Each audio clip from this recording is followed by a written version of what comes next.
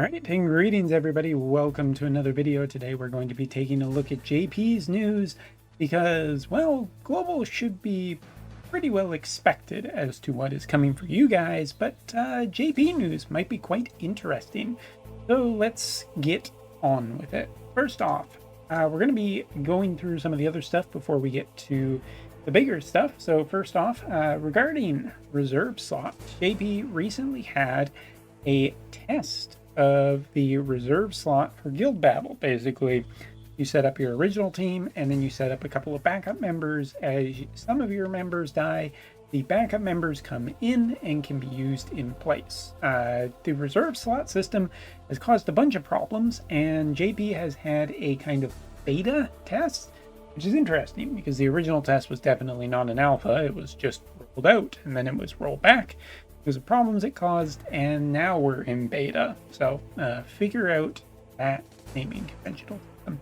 Anyway, the function is hidden in organization of reserve frame will be reset. So if you need it, please copy it in advance. Seems like there's still some stuff that they are working out. And such and forth. Big thing is that there is going to be some thank you for the cooperation during the reserve frame beta.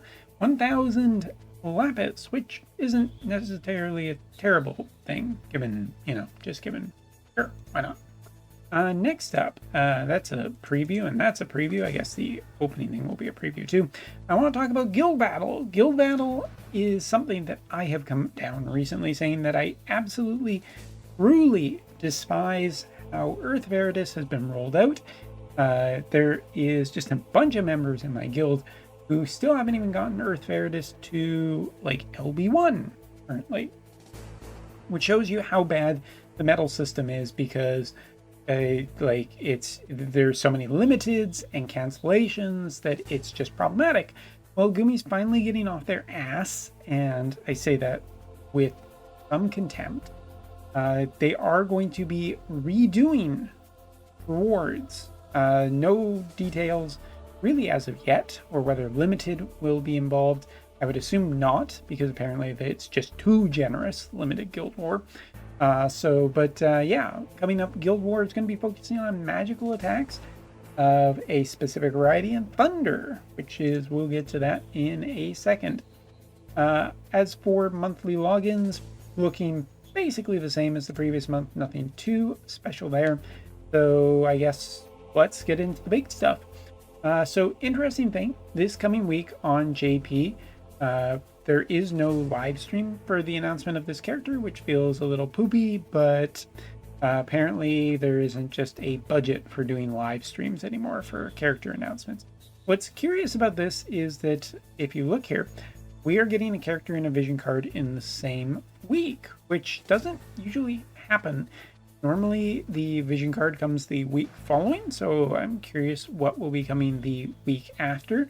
June usually is kind of a special month for a couple of characters.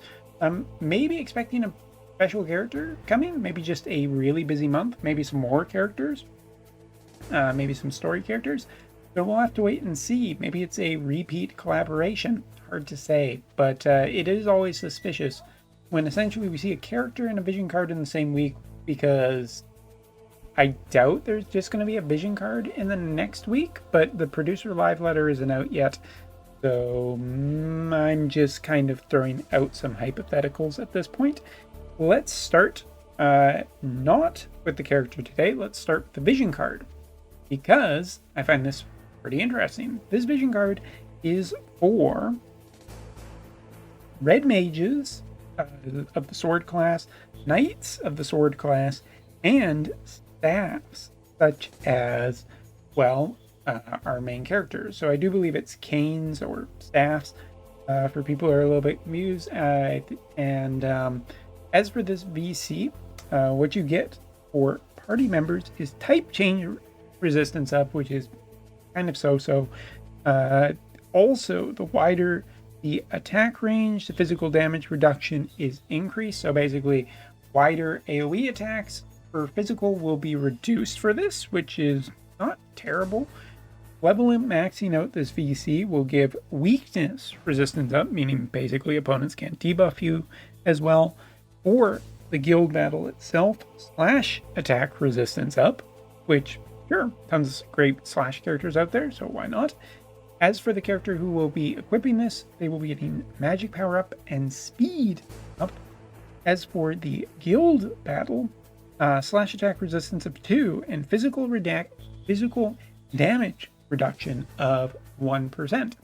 Now, this VC is, to me anyway, looking really, really solid for a bunch of reasons. First off, as a new Holo VC, it supports 3 very strong characters in a single party.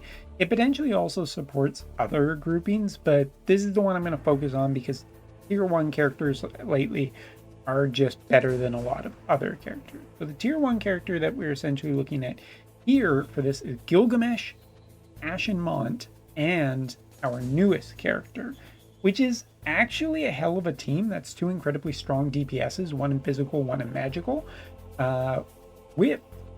in combination with a potential support unit, magic support unit that we're about to get into.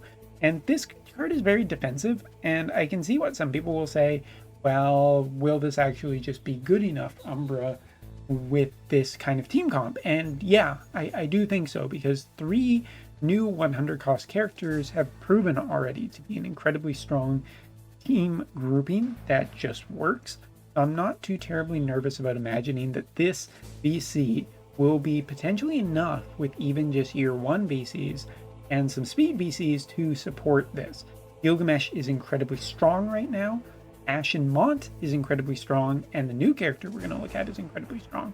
This VC is looking promising. It's also a permanent VC too, which is generally just a positive thing. So yeah, it's good for PvP.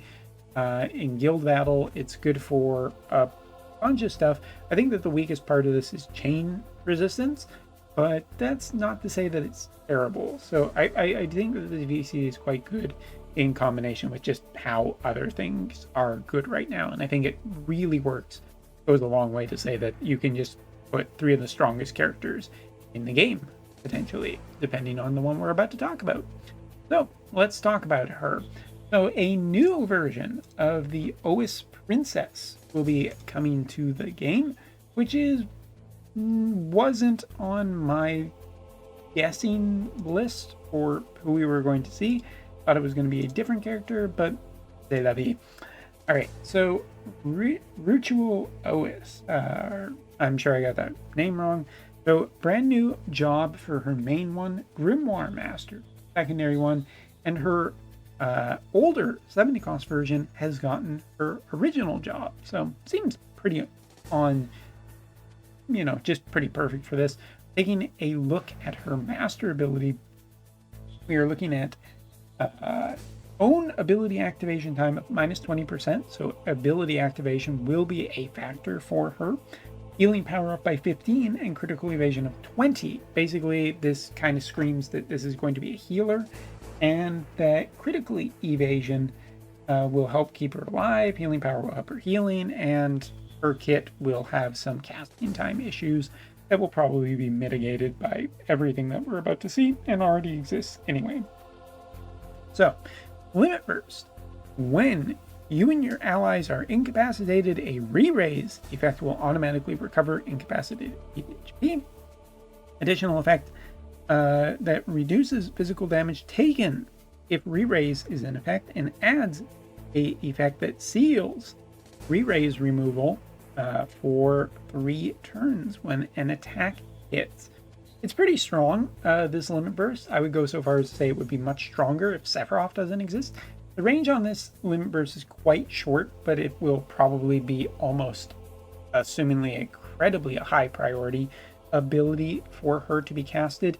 The thing is that re-raise is generally nice. Re-raise removal is kind of good to have in general, but seen from a JP perspective, where Sephiroth is essentially everywhere, it does decrease how good re-raise actually is, because you can't seal bursts from this Limit Burst. So basically, yeah, Curse could still kind of ruin your day.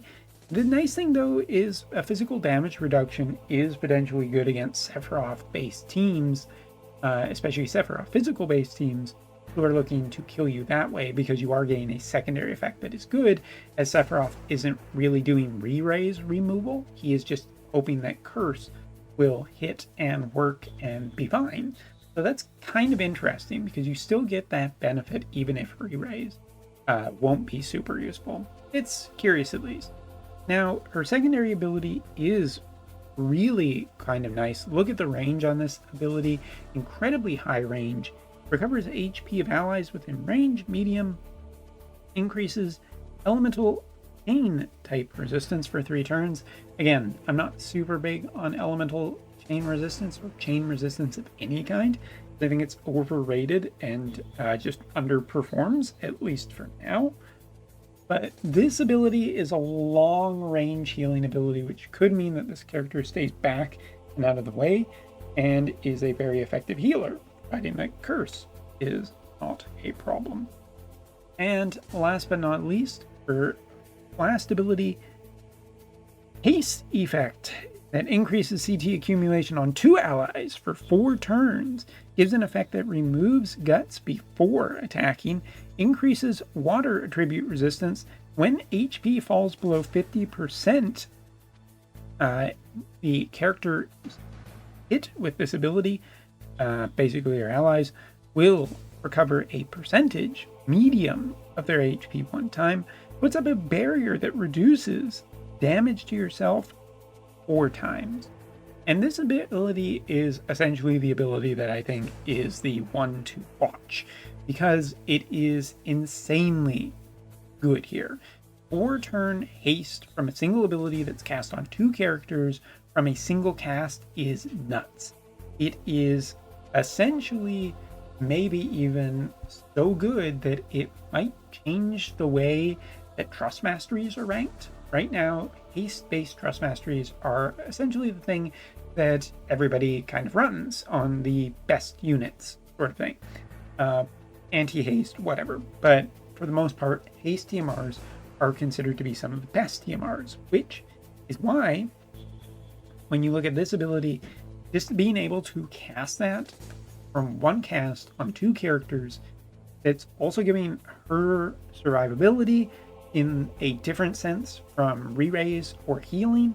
The HP Restoral, this character seems really good and really strong, and potentially even might even change some things about the way that team building actually happens. And to that point, I think that this character is looking great. Probably this is the second character in a row that Sephiroth is already counterbalancing against, Gilgamesh being the first, as Gilgamesh ended up being really insanely strong. But this character would be, like, if Sephiroth had not come out, this would have been an insane character to go up against because of re-raising. So,